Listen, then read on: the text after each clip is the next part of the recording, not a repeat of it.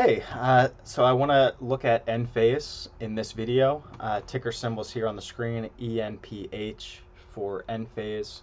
Uh, I did come across some news articles, so we'll cover that. And then we'll look at the technical analysis to see if there's a good time to buy or maybe not buy. Before we do that, let's just take a look at the last time we checked in on this stock, uh, which was June 2nd. So about a month and a week, we'll just say about a month ago. At that point on June 2nd, it was trading at 181. We had buy points marked at 148 and 167 with resistance at 191 and 219. Based on those buy points and resistance points, it looks like it was closer to resistance at the 181. That's why we gave it this blue color. These are what the colors mean down here on the screen. So blue is fair value, meaning I wouldn't be opposed to buying it at that price because there's wiggle room on both sides, but I wasn't going to give it a buy color, green. Uh, the notes we left ourselves were it was in a slight downtrend last time we looked at it. We also noted that in some article that we saw that going forward, per this Allied Market Research, they were projecting that over the next roughly 10 years, out till 2031, that the continued annual growth for this type of market, this global battery storage market, was projected to get 20% growth year over year. That's really what Enphase is about, which is a positive thing. A couple other YouTubers I saw bring this up, so I thought let's dig into it ourselves and see what we're able to find.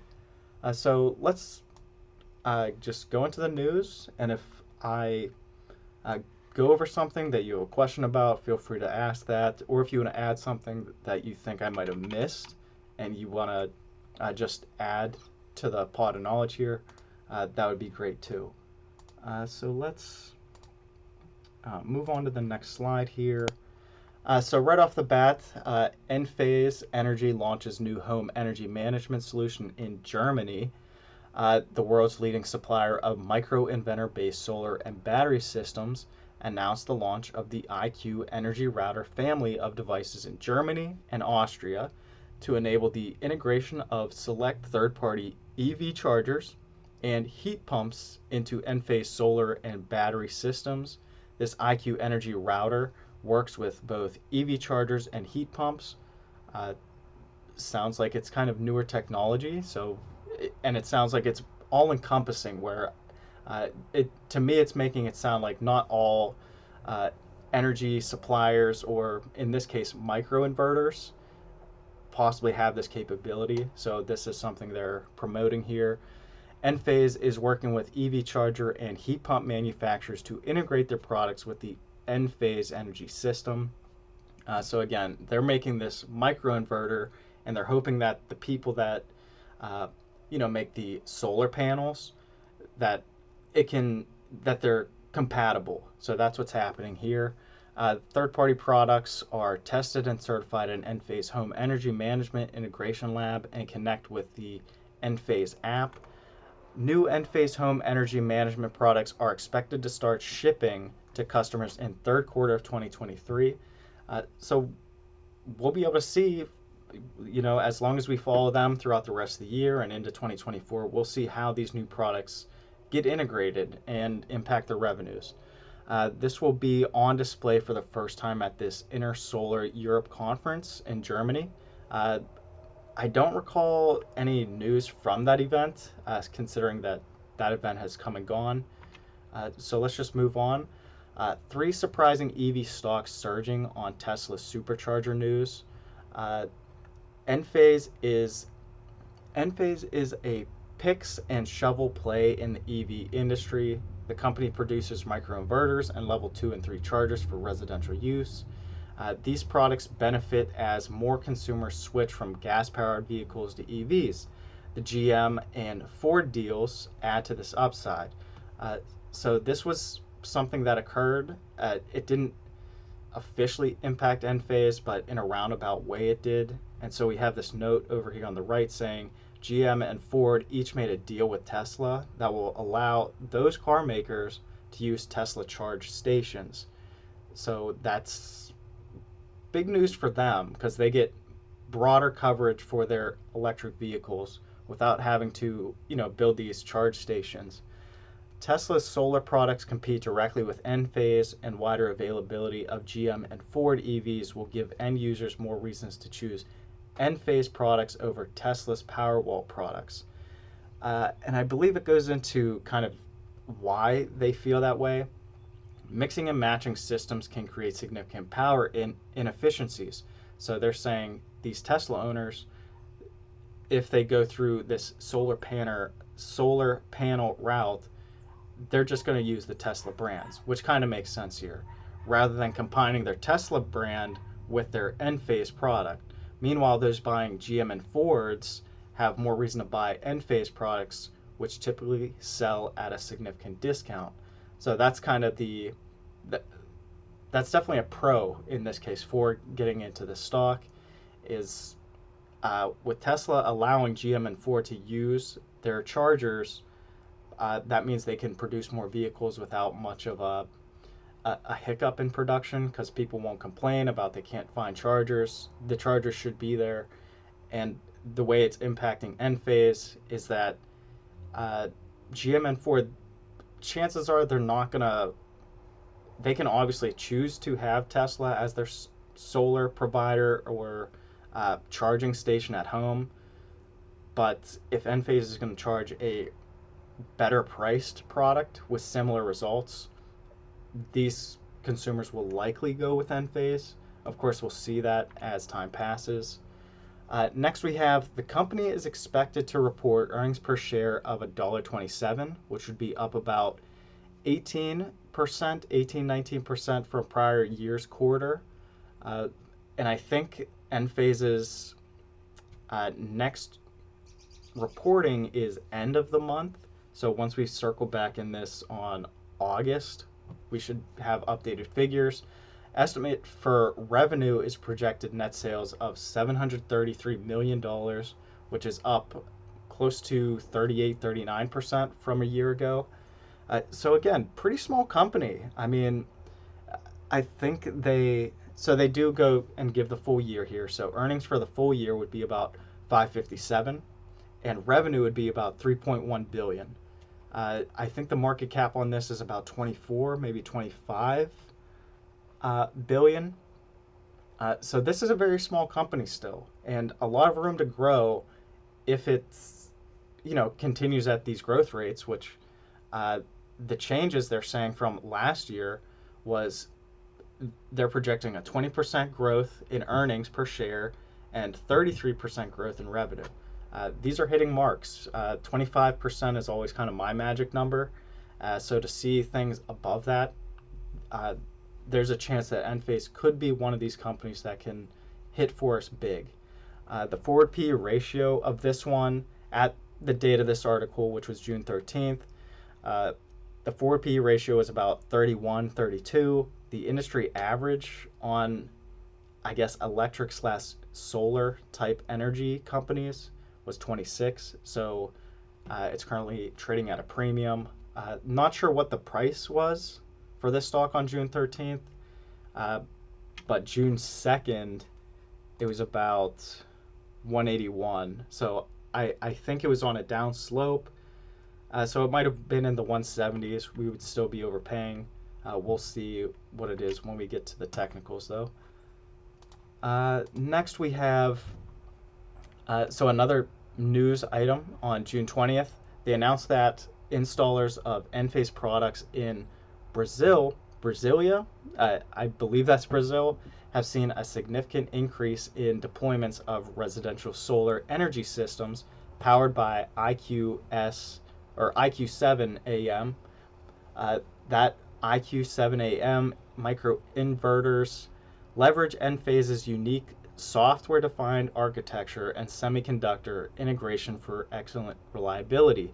Quality testing regimen with more than 1 million hours of power on testing to provide exceptional performance under heat. They believe in it so much they're going to give you a 20-year warranty on this in Brazil, I believe. So that kind of shows how much they believe in this product. 20-year warranty, that's pretty solid. And then of course their testing was pretty good too. Uh, More automakers have also moved to Tesla's charging standard. We mentioned that with the Ford and GM. This could actually be a headwind for Enphase. So they're saying this could actually be bad for them. Uh, uh, which have moved into a charging space as part of their effort to be the brains of the energy in home. Right, so they're in the charging. Chargers are the CCS standard, but if the Tesla standard is the direction the industry is headed, products will need to be redesigned and maybe even scrapped. Uh, so the way I'm understanding this is Enphase uses this CCS type of charger, and if GM and Ford want to make something that matches Tesla, because I'm now imagining Enphase has, say, a two-prong system and Tesla has a three-prong system. If Enphase and the CCS standard has this two prongs, but GM and Ford want to use Tesla's three-prong system so bad, that might mean Enphase can't capture the GM and Ford system if they switch to Tesla. Uh, I feel like if that happens, if Enphase is really into this, hopefully it really would be that simple. Is yeah, they'll need to do a redesign, but they'll just roll with it. So I'm not too concerned with that. It shouldn't mess things up that quickly, is what I'm saying. And they should have enough time to reroute.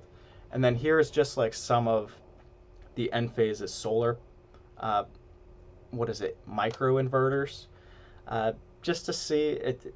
Again, it seems like they're trying to create a system that's, will allow multiple solar panel companies to integrate with their micro inverter. And so I was just curious of what these might look like, and if they're about, $150 to $200. There's all the highlights are their Enphase chips or microinverters. Just thought that was interesting. Next we have, they announced today, and this was back on June 26th, that it has started shipping this IQ8 microinverter with peak output of AC power 384 watts in Germany to support newer high-powered solar modules. So I take this as good news again. They're branching out in these European countries, Germany here. All IQ8 microinverters activated in Germany come with a 25-year warranty from Enphase. So even larger. Brasilia was getting 20, they're getting 25. Different microinverter, but still large warranties here. So I'm curious to see how that's impacted if they all of a sudden start going bad. Hopefully that's not the case. But it could be disastrous. It could be. Shouldn't be, though. Witnessing growing demand for our home energy solution in Germany. This is from Marco Krappels, Vice President of International Sales at Enphase. The latest line of IQ8 microinverters unlocks unparalleled performance for high-powered solar modules, helping to further Germany's goal of achieving 65% clean energy by 2030. So that's kind of one of the themes that we're going after, is everyone wants to do these clean energy type of plans. Germany has one, the United States has one. I believe we're going to touch on it here shortly. And pretty soon, 10 to 20 years seems to be the trend, maybe even just 10 to 15 years. And Enphase looks like they're going to be a pretty big part of that. And so here we're going to touch on the US aspect. So on July 5th, so getting close to the end here, they announced initial shipments of Enphase IQ microinverters produced in Columbia, South Carolina by global diversified manufacturer Flex. This marks the first production from one of Enphase's Energy's 3 contract manufacturing partners in the United States, helping to meet the strong global demand for Enphase products. So I kept that part in because clearly Enphase is growing, so they needed the demand. At first, I was looking at this article as if it's, the United States is, giving companies tax breaks, and they are, but it also is nice to see Enphase wanted to expand. due to product demand. So this is like they're getting 2 for 1 here, and so I wanted to leave that piece in. But this Inflation Reduction Act has enabled Enphase Energy to begin manufacturing in the United States, creating new jobs, advancing the country's clean energy economy, and contributing to the growth of the company's business. Enphase Energy and Flex will be hosting a kickoff event and tour tomorrow. This was on July 6th at Flex's company or manufacturing facility in Columbia, South Carolina. Joe Biden was there apparently. Also, the CEO of Flex and Enphase were there. Flex says, "We thank Enphase for their 15-year partnership." So they're clearly committed to this with a 15-year partnership. And so Flex is going to deliver their IQ microinverters to make faster and to market faster and at scale globally with reliable, sustainable business practices. Next we have here, so this kind of gives a little more detail into this deal. Apparently this was like a $60 million deal. It doesn't go into the details, at least it didn't in the article, but the title, Biden touts this Enphase's $60 million solar investment in South Carolina. The investment by Enphase will create about 1,800 new U.S. jobs, including 600 in South Carolina.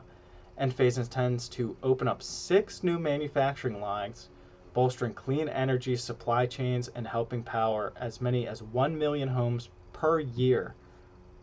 That's pretty good. I guess some quick math. We'll just take the low end. It shouldn't be too difficult here, but 150 times a million, which would just be adding 6 zeros. $150 million in revenue a year.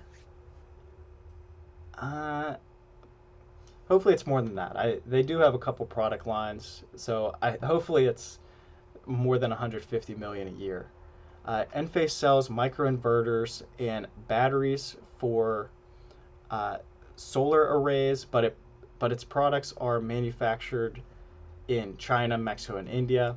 Thursday's announcement will mark Enphase's first U.S.-based contract manufacturing facility, and so that's it is a big deal. Enphase, small company growing pretty quickly, definitely one of the top runners in this sector. So to have them have offices in the U.S. is a bigger deal than it's just a big deal. Enphase's energy earnings per share has grown 24% each year, compounded over 3 years. We'll see if the company can sustain this. Enphase Energy shareholders is the EBIT margin. So earning before tax margins have grown from 15 to 21% in the last 12 months, and revenues are on the upwards trend as well. So very positive there. Market cap of 23 billion. This one just thought it was interesting how the market cap's 23 billion, but apparently the insiders, so like the CEO and all the people that actually work at the company, they have a considerable amount of wealth invested in it, currently valued at about 589 million. So I guess small relatively, but that's pretty sizable chunk to have.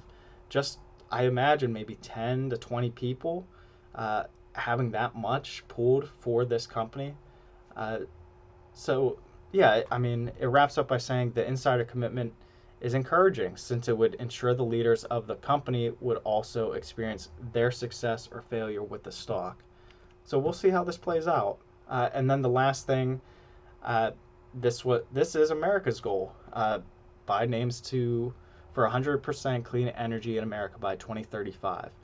The Department of Energy announced new incentives for companies to bring solar power manufacturing back to America, helping us meet the goal of 100% renewable energy electricity by 2035.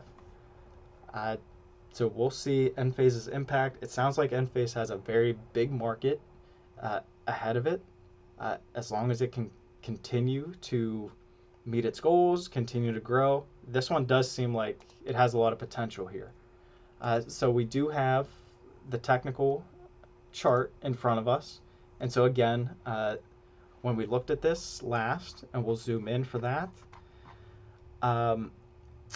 June 2nd. So here it was at about 181. Since then, it kind of traded sideways for a week or couple weeks actually. Each one of these bars is a week. So it traded sideways for a little bit. Took a big drop in June 23rd that week. Trying to think of June 23rd. I guess the Tesla thing. They weren't sure about the Tesla thing uh, and how it's going to impact. I guess they're thinking it could be bad. But since that drop, it's kind of rallied back up, currently at 175. So overall, this one's going to be in that range again of fair value. It looks like it's really just a timing thing. If we followed this on a weekly basis, and maybe if you do, uh, we could have got this one if we just followed up. I mean, the fact that this last bar right here, that's just one day. So it moved up close to about $10 in one day. Hopefully, you know, it might pull back. It's very early in the week, but it's very close, it looks like, to this 167. I think what's best is if you're not doing this already, I know I'm kind of guilty of it too, but tracking or adding like a notification on whatever trading app you're using. So I use Webull. That's what I'm currently using to track this now. Uh, they let you add, if I just right click, I can create an alert here at whatever point I want. Right now it's at 208. I could just add that and edit it and make it 167. That way, if it touches 167 in the future, or even 148, which is the two green lines we have here, 148 being the lower of the two, we'd get a notification saying, hey, it's at this point, do you want to buy it or not? So just based on the timing of this one, I have to give it a fair value. If it pulls back, again, close to 167, I'm very much liking that point because there just seems to be support around there.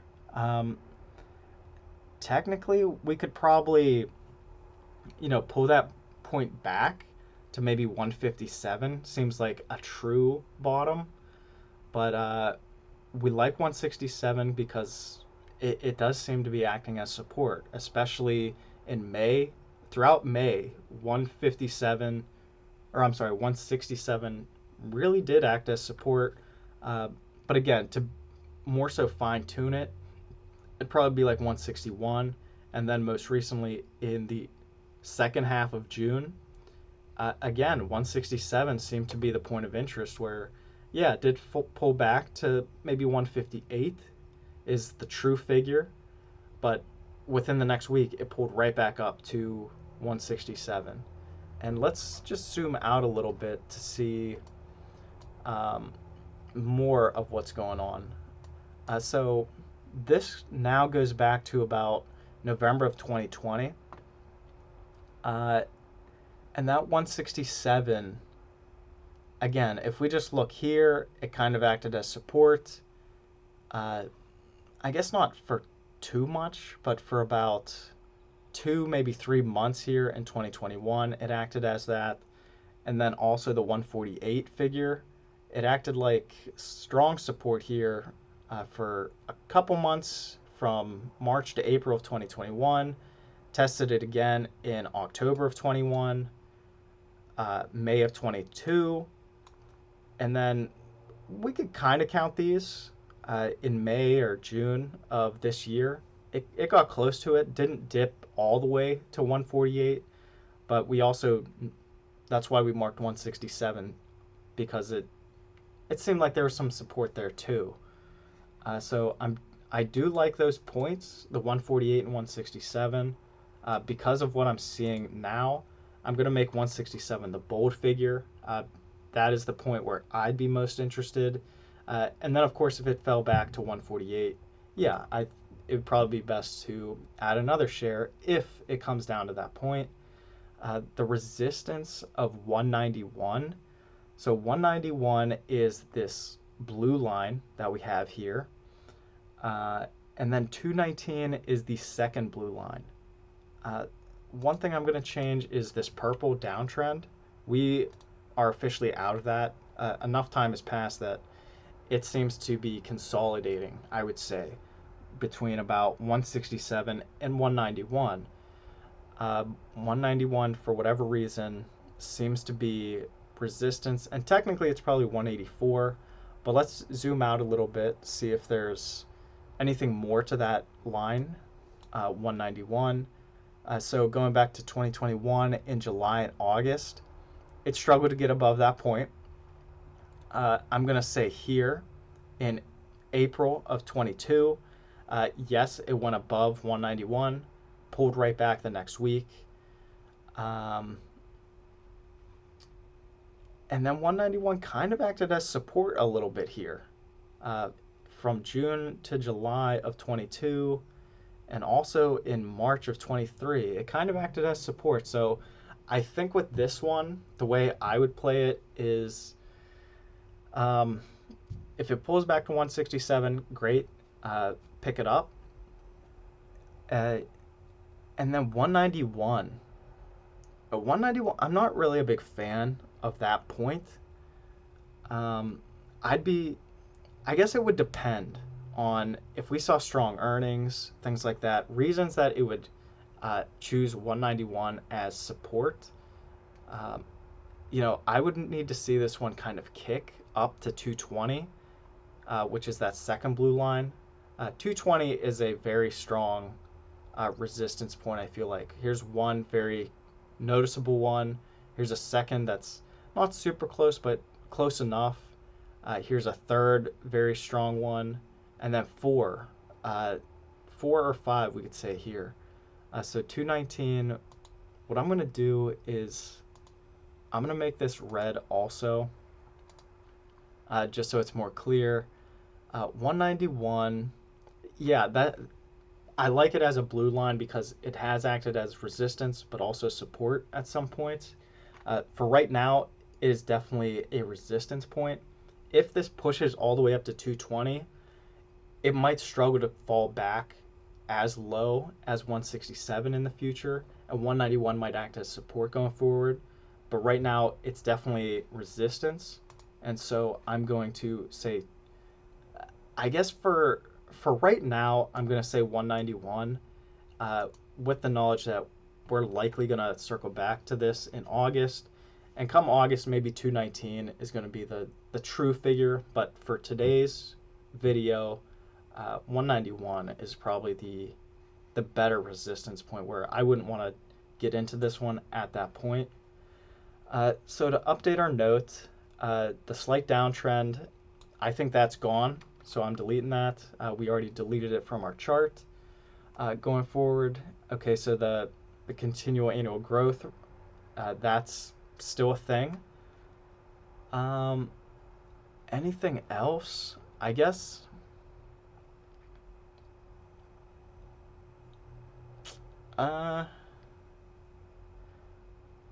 for now I'll leave it as is.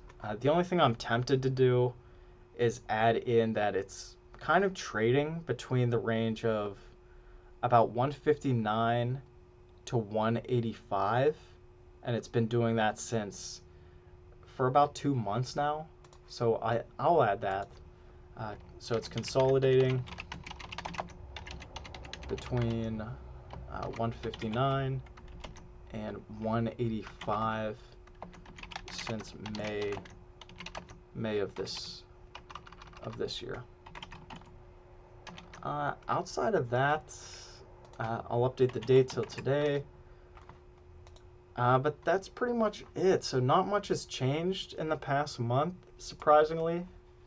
We did update our note, but otherwise, a lot of news. But in terms of activity, I guess the only thing worthy of mentioning was it did touch that buy point. Hopefully we get another chance and we can grab it. But otherwise, this is just a quick recap. So currently it's trading at 181. Buy points are marked at 148 and 167, still the same. 167 is the real figure though. If it touches there, I would scoop this one up. Resistance at 191. 219 is very strong, but for right now, 191 is acting as a hesitation period or point where the closer it gets to there, I probably would stay away. And then we added this note saying it's consolidating between 159 and 185, and it's been doing that since May of 2023. So until we see something that, it goes outside of that range, that's when, we'll be more alert to the situation. And the fact that it's at 181, I'm hoping, as someone who wants to buy more into this one, that it pulls back to, maybe 160, somewhere in the 160s would be best, and I would be comfortable scooping it up. But that's it. So again, if you want to add anything that you feel I might have missed over the past month, feel free to do that. I'd be happy to see that. Just be more aware of the situation. And then, of course, if you have any questions, feel free to leave that in the comments too, and I'll do my best to answer it. Otherwise, please like, subscribe, and I'll see you on the next one. Bye.